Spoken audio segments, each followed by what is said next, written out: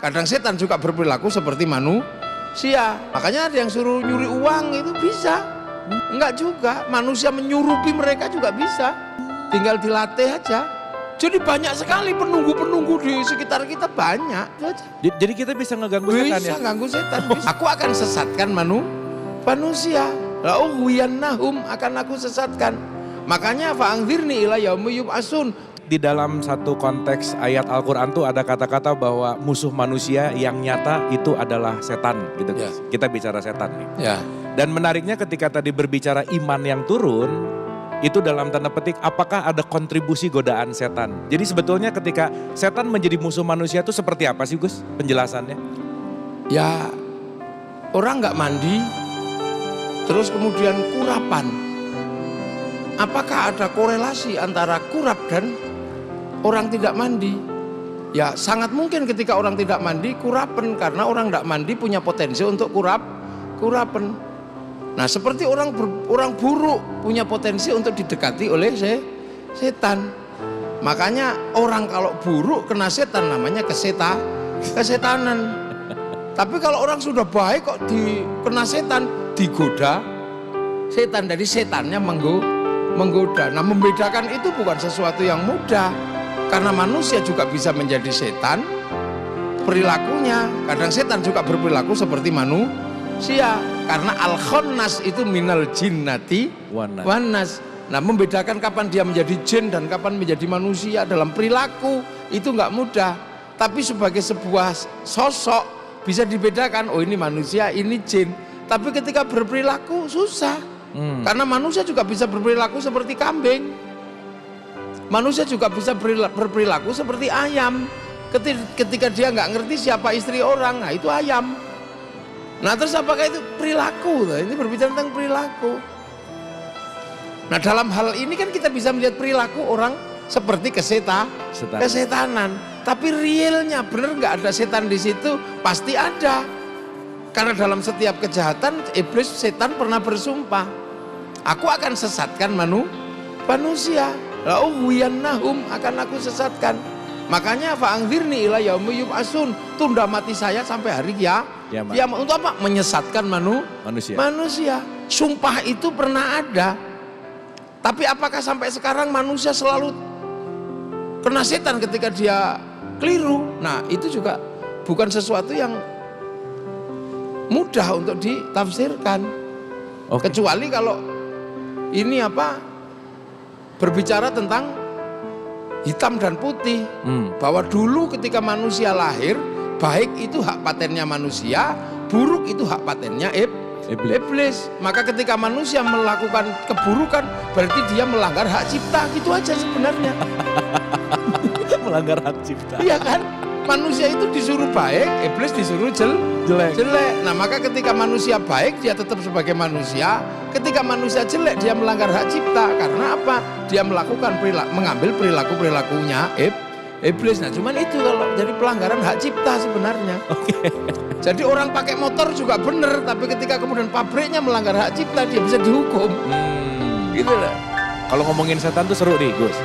Dan kita tahu bahwa Quran sendiri mengatakan aku akan mendatangimu dari depan, belakang, kanan, kiri gitu Gus. Nah dalam konteks di sini berarti kan ada pintu masuk setan ke kita. Gimana sih Gus cara setan menggoda kita tuh gimana? Monggo.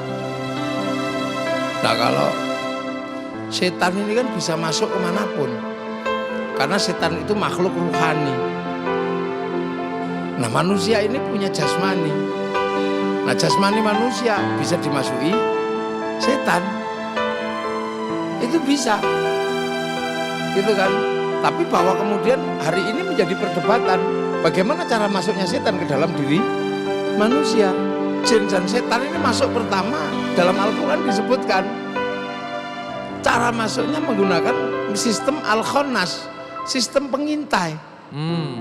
Nah, jadi mengintai gini. Nah untuk apa? Untuk bikin yuwaswisu fi sudur rinas, membuat keraguan. Itu yang tekstual. Nah ragu-ragu apa?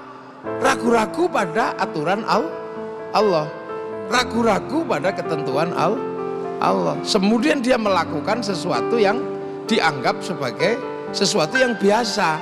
tanpa lagi ada rasa takut bahwa itu tidak diizinkan oleh Allah. Itu yang pertama. Jadi masuk ke dalam diri manusia, dalam konsep dasarnya setan adalah menggunakan sistem membuat ragu-ragu terhadap akhirat, ragu-ragu terhadap, sehingga melakukan kejahatan. Cuman kan konteksnya sekarang orang kemudian mengidentifikasi setan masuk itu dengan model kesurupan. Kan gitu. Ya kan, jadi setan masuk itu model kesurupan. Kalau model kesurupan itu model cloning sebenarnya. Jadi setan sedang mengkloning dirinya menggunakan manusia, dan itu konsepnya bukan sesuatu yang dalam pengertian setan masuk ke dalam tubuh manusia. Kalau itu kan hanya persoalan kesurupan. Nah, kalau kesurupan itu jadi gimana tuh Gus? Memang masuk. Masuk dan menduplikasi. Setan menduplikasi. Dan itu kan tidak kemudian berakhir kepada surga dan neraka gitu loh. Itu kan sifatnya hanya nempel terus ganggu, kelumrahan menjadi manusia diganti dengan kelumrahan yang lain. Tapi itu sifatnya tidak ekstrim. Sifatnya tidak kemudian menghilangkan akidah, enggak. Kalau itu ya lumrah lah. Kadang manusia yang kuat juga bisa mengganggu iblis, mengganggu setan gitu loh. Karena setan ini kan sebenarnya jin, dan setan ini kan makhluk satu galaksi. Jadi jin, setan ini tetangga-tetangga kita aja. Kalau kita lebih kuat ya sananya lari, kalau sananya lebih kuat kita yang lari gitu aja. Jadi kita bisa ngeganggu setan ya? Bisa ganggu setan, bisa. Ya? Bisa, kita bisa saling ganggu. Wong itu makhluk satu galaksi kok. Yang disebut penguasa gunung ini beneran ada, tapi itu makhluk satu galaksi. Kekeliruannya kalau kita nganggap itu tuh Tuhan. Jadi banyak sekali penunggu-penunggu di sekitar kita, banyak. Tapi itu makhluk satu galaksi ya, bisa ajak kelahi, bisa. Kalau kemudian kita lebih kuat maka bisa kita suruh, bisa. Kita suruh, dan itu gak ada urusannya dengan musyrik, dengan apa, enggak. Seperti kita ngambil sapi dari tengah hutan kemudian kita suruh bajak sawah. Ya seperti kita ngambil monyet dari dalam hutan kita suruh manjat kelapa. Seperti kita ngambil harimau kita suruh berburu. Jadi sebenarnya itu biasa aja, dunia yang biasa. Makanya karena makhluk satu galaksi, Nabi Sulaiman juga bisa nyuruh bangun masjid, bangun apa gitu. Pak Erik kok nggak bisa nyuruh jin ya, nyuruh tukang. Kayaknya Pak Erik harus belajar ya. Iya, itu biasa aja sebenarnya. Itu sama. Jadi nggak usah terlalu kemudian ini musyrik, enggak. Biasa aja, yang penting kita tahu ilmunya. Iya, kita suruh-suruh apa bisa. Makanya ada yang suruh nyuri uang itu bisa. Tinggal dilatih aja, diedukasi bagaimana cara mencuri uang. Kalau menerima pelatihan yang menerima pelatihan ada itu yang bagian melatih begitu ada. Wong itu makhluk satu galaksi aja kok. Kalau ketika datang dari Pluto ya seremnya luar biasa, tapi kalau kita ajak kelahi dia juga lari. Nah malaikat apa itu bukan dari galaksi yang ini. Malaikat itu dari galaksi yang nggak tahu ke tempatnya di mana. Jauhnya luar biasa. Kalau setan, jin yang hari ini gedruwo kayak gitu itu makhluk satu galaksi. Kita lempar pakai tela pohon bisa, kasih makannya makan gitu. Sama aja dengan kita nyuruh sapi terus kita kasih rumput gitu. Nah, yang jadi sekarang pertanyaan berikutnya adalah gimana tuh supaya kita tuh nggak kalah sama setan? Apakah bisa dikalahkan sendiri? Atau misalkan kita harus ketemu orang pinter gitu loh Gus, harus ketemu kiai gitu misalnya, monggo. Enggak juga, wong itu kan dunia umum. Kelahi sama mereka, menghadapi mereka enggak harus dengan melalui belajar dengan kiai. Di semua agama ada sistem pembelajaran itu. Semua manusia dikasih, wong itu makhluk biasa aja kok. Ada orang tidak beragama sama sekali ya bisa ketemu dengan makhluk itu. Di kampung-kampung, di pelosok-pelosok, di pedalaman-pedalaman sana banyak. Hidup satu galaksi kok. Saling mengganggu, saling iseng, itu ya bisa aja. Iya. Nah tapi kemudian merepresentasi agama dalam pengertian gangguan dari mereka, ini kan tidak seperti kesurupan. Gitu loh, itu berbeda dengan ilmu tentang kesurupan, dengan ilmu tentang jin yang mengganggu manusia beda. Jadi tidak kemudian menampakkan, oh itu bukan itu iseng seperti kita ketemu harimau, oh kita lari dia lari, itu sama. Beda konsepnya. Oke. Jadi sekarang kan dicampur-campur gitu. Ya. Jadi seolah-olah bahwa jin mengganggu manusia itu termasuk kesurupan. Enggak juga, manusia menyurupi mereka juga bisa. Iya. Loh iya, manusia dengan kualifikasi yang tertentu nyurupi mereka bisa. Oke. Ini ilmu baru nih Gus. Bisa. Tahu berak-berik kampungnya juga bisa. Tidak berarti kemudian manusia sangat hebat ketika bisa masuk sana. Sana juga kadang keliru masuk ke kampung kita. Oke. Waket tempilingi gitu, suruh pulang lagi, udah pulang sana. Oke.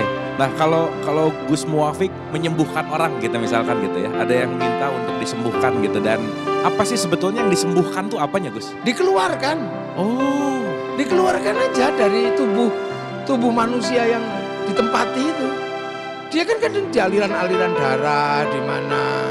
Oke, disuruh keluar aja. Nah, cara nyuruh keluar, masukkan anasir bagus, anasir uluhiyah yang melalui mulut, minum atau makanan agar masuk ke aliran darah. Nah, ketika aliran darah itu menyerap sesuatu yang baik, dia pergi. Oke. Makanya makanan-makanan yang didoakan itulah yang kemudian menyimpan doa untuk masuk ke dalam tubuh manusia. Nah, sekarang orang bertanya, masa makanan bisa menyimpan doa? Ya jangankan makanan, kaset aja bisa nyimpen suara. Iya kan, kaset itu nyimpen suara, handphone nyimpen gambar. Loh, makanya dulu orang berdoa, Allahumma barik lana, berkahilah. Makanya kemudian makanannya berubah menjadi makanan barokah. Lah ketika makanan barokah jadi daging, dagingnya daging barokah. Kalau daging barokah itu gak dibakar sama api neraka, makanya barik lana niku terusannya wakina ada benar, karena doanya barokah, maka ketika dibawa pulang namanya berkat. Dapat berkat gitu ya. Dapat berkat. Nah itu kalau dimakan jadi darah, jadi daging, makhluk-makhluk dengan anasir buruk dia pergi. Oke. Iya kan? Kalau virus dimasuki dengan obat, cacing-cacing dimasuki dengan obat cacing. Nah, anasir makhluk yang tidak nampak ya dimasuki dengan sesuatu yang bersifat uluhiyah.